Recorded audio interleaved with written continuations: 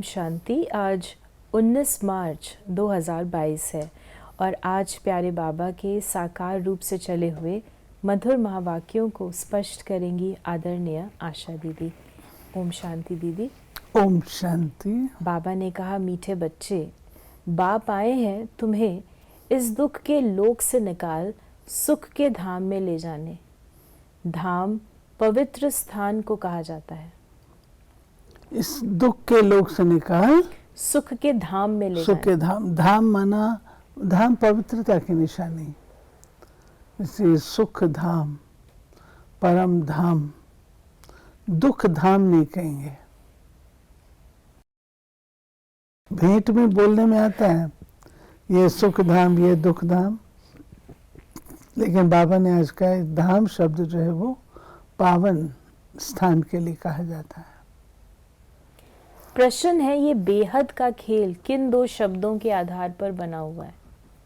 वर्षा और श्राप। बाप सुख का वर्षा देते, रावण दुख का श्राप देता।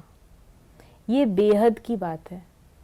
देवी देवता धर्म वाले बाप से वर्षा लेते हैं, आधा कल्प के बाद फिर रावण श्राप देता है।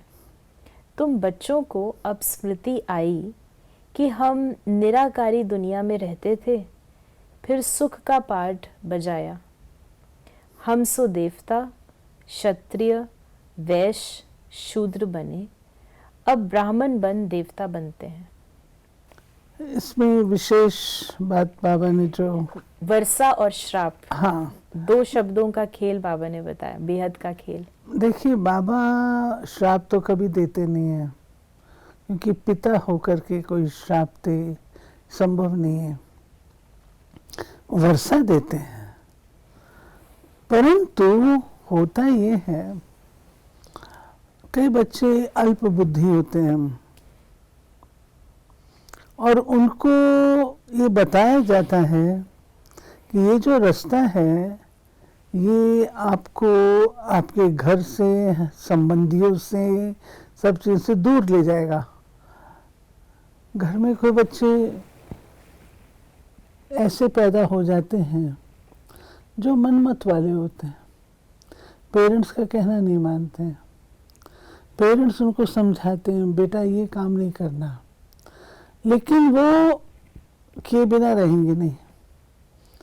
नतीजा क्या होता है? मान लीजिए ड्रग्स लेता है कोई, कुछ रहता है, बाप तो नहीं कहेगा, लेकिन अपने आप को होशियार समझ करके कि उस क्षेत्र में, उस दुनिया में चला जाए तो स्वयं को शापित कर लिया ना।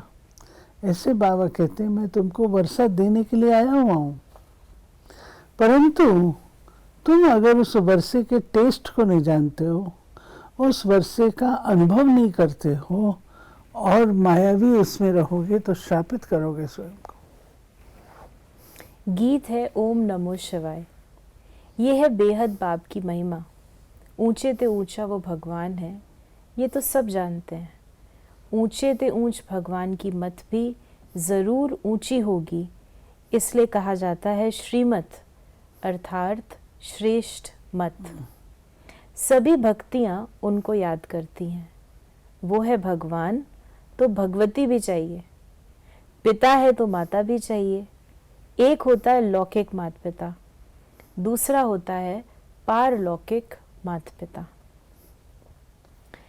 फिर बाबा ने कहा अब तुम्हारा लौकिक संबंध भी है, पारलौकिक माता पिता तुम्हें परलोक में ले जाते हैं। लौकिक को बंधन कहेंगे जिसमें दुख है। बाबा ने कहा दो परलोक हैं, एक निराकारी लोक जहां आत्माएं रहती हैं, दूसरा साकारी लोक जिसको सुख धाम कहा जाता है। वो शांति धाम, वो सुख धाम।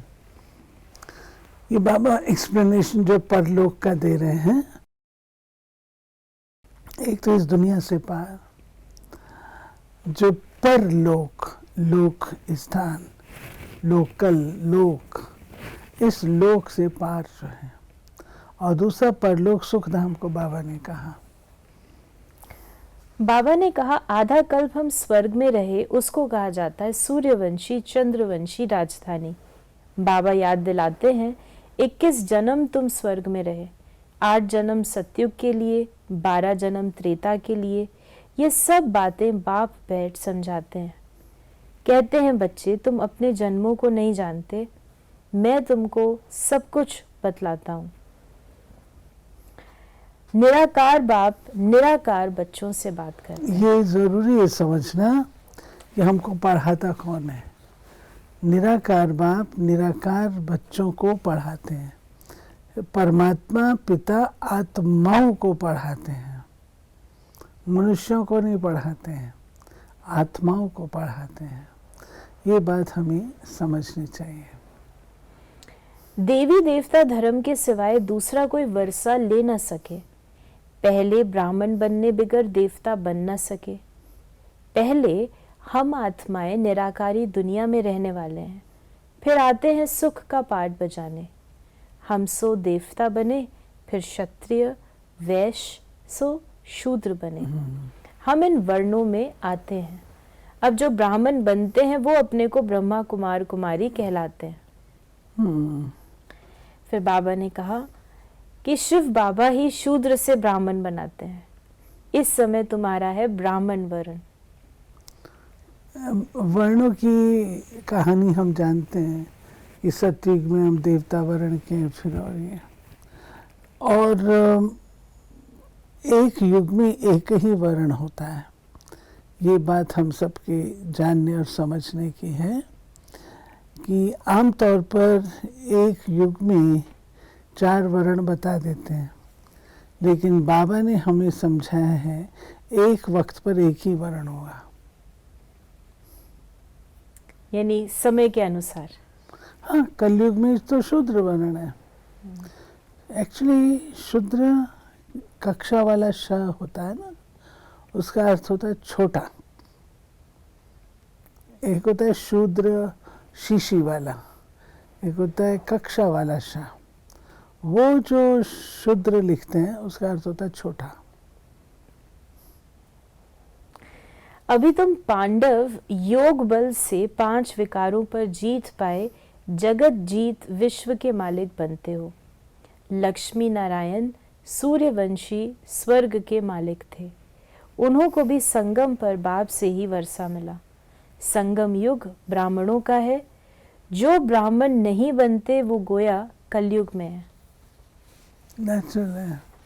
अभी अगर ब्राह्मण नहीं बनेंगे तो उनके लिए तो संगम नहीं है, उनके लिए तो कलयुग ही है, पुरानी दुनिया है। अब तुम तो ब्रह्मा के बच्चे, ब्रह्मा कुमार कुमारियां हो। तुम भाई बहन हो, कभी भी विष पान नहीं कर सकते। हाँ, गृहस्थ व्यवहार में तो रहना ही है, परंतु विकार में नहीं जा सकते। फिर ये प्रश्न नहीं उठ सकता, इस रावण राज में रह कमल फूल समान पवित्र रहना है। फिर ये प्रश्न नहीं उठ सकता कि सृष्टि कैसे बढ़ेगी, कैसे बढ़ेगी। मम्मा तो कहती थी इस सवाल का आपको सोचना ही नहीं है। सृष्टि को जैसे बढ़ना होगा बढ़ेगी। आपको जो काम कहा जाता है वो आप करो। आपको कहा गया है पवित्र रहना है, आपको कहा गया है रावण राज्य में कमल फूल समान रहना है, तो आपको वो रहना है।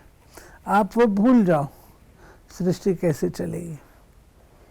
बाबा ने कहा कि आत्मा में ही सारा अविनाशी पाठ भरा हुआ है। इनको ही गॉड फादरली नॉलेज कहा जाता है। भगवानुवाच स्पिरिचुअल फादर आत्माओं को बैठ पढ़ाते हैं, कोई मनुष्य नहीं पढ़ाते। ये बेहद का बाप पढ़ाते हैं। तो ये चक्र कैसे फिरता है, इस सृष्टि चक्र और रचयिता व रचना की नॉलेज को कोई मनुष्य मात्र नहीं जानते। जो सृष्टि चक्र से न्यारा है, ड्रामा से न्यारा है, वही हमको ड्रामा का ज्ञान दे सकता है कि इस चक्र में कितने युग होते हैं, अब कौन सा युग है, कौन सा युग आने वाला है, वो युग कौन बनाता है, ये सब नॉलेज वही दे सकता है। भारत जब लायक था तो बड़ा अक्लमंद था। अब बाप फिर हीरे जैसा बनाने आए हैं तो उनकी श्रीमत पर चलना पड़े। रावण मत तुमको कौड़ी तुल्य बनाती है। भारत जब सतयुग में था तो बड़ा अक्लमंद था, लायक था। लायक था। वर्ल्ड की हिस्ट्री ज्योग्राफी समझने की है, कोई तो जानकर भी ये पढ़ाई छोड़ देते हैं। स्वर्ग में तो आएंगे परंतु योगी बन विक्रम विनाश नहीं किए तो सजा भोगनी पड़ेगी।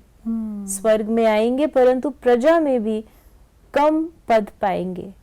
स्वर्ग में पहले पावन महाराजा महारानी थे, वही फिर पतित राजा रानी बने। बाबा हिस्ट्री बता रहा है। बाबा ने कहा कि रावण की जीत होने से कभी उधर चले जाते हैं, इस अंतिम जन्म में राम की मत पर चलना है। फिर राम से दुश्मन बन पड़ते हैं, उनके लिए सजा बहुत कड़ी है। तुमने राम की शरण ली है, फिर अगर ट्रेटर बन रावण की शरण ली तो राम की निंदा कराएंगे। तुम्हारी बुद्धि में है ये बरोबर, राम राज्य और रावण राज्य का खेल बना हुआ है। ये जो नाटक है इसको हम दो भागों में बांटते हैं, एक है राम राज्य, दूसरा रावण राज्य। राम राज्य में धर्म का उपकार है और रावण राज्य में धर्म की ग्लानि, अति ग्लानि है। और रावण राज्य को फिर से राम राज्य में परिवर्तित करना बाबा का ही काम है। आज का वरदान है, बेहद के अधिकार को स्मृति में रख संपूर्णता की बधाइयां मनाने वाले मास्टर रचयिता भव। संगम युग पर आप बच्चों को वर्षा भी प्राप्त है, पढ़ाई के आधार पर सोर्स ऑफ इनकम भी है और वरदान भी मिले हुए हैं। तीनों ही संबंध से इस अधिकार को स्मृति में इमर्ज रखकर हर कदम उठाओ। अभी समय, प्रकृति और माया विदाई के लिए इंतजार कर रही है। सिर्फ आप मास्टर रचयिता बच्चे संपूर्णता की बधाइयां मनाओ तो वो विदाई ले लेगी। नॉलेज के आईने में देखो कि अगर इसी घड़ी विनाश हो जाए तो मैं क्या बनूंगा। यानी बाबा ने इसमें बड़ा सूक्ष्म पुरुषार्थ बताया है कि देखिए शिव बाबा कंस्ट्रक्टिव काम करता है, डिस्ट्रक्शन का नहीं। शिव बाबा के कर्तव्य और अन्य लोगों के कर्तव्य में अंतर ये है, अन्य लोग डिस्ट्रक्शन वाला काम कर रहे थे, बाबा कंस्ट्रक्शन का कर रहा है। डिस्ट्रक्शन का कैसे? अंधेरे को मिटाओ, अंधेरे को हटाओ, अवगुण हटाओ, अवगुण नहीं होने चाहिए। पॉजिटिव पुरुषार्थ किसने बताया? गुणों को धारण कर लो तो अवगुण खत्म हो जाएंगे। बिजली का स्विच जगा दो तो अंधेरा खत्म हो जाए। ये कोई नहीं बताया, ये बाबा नहीं बताया। तो बाबा जो ये बात बताता है उसमें राज समाया हुआ है। और कितनी वंडरफुल बात है। हम सब चोर को पकड़ो, फलाने को ये करो, लेकिन एम्पावरमेंट वाला जो काम है, कंस्ट्रक्टिव काम है, वो कोई नहीं करता। आप ये करिए तो इससे छूट जाएंगे। स्लोगन है, हर समय हर कर्म में बैलेंस रखो तो सर्व की ब्लेसिंग स्वतः प्राप्त होंगी। हर कर्म में, हर समय, हाँ, हर कर्म में बैलेंस रखो। बैलेंस, हर प्रकार का बैलेंस। तो ये थे बाबा के आज के मधुर महावाक्यों का स्पष्टीकरण। यदि आपके मन में कोई सवाल है तो मैसेज या व्हाट्सएप करें 8826599309 पर। ओम शांति।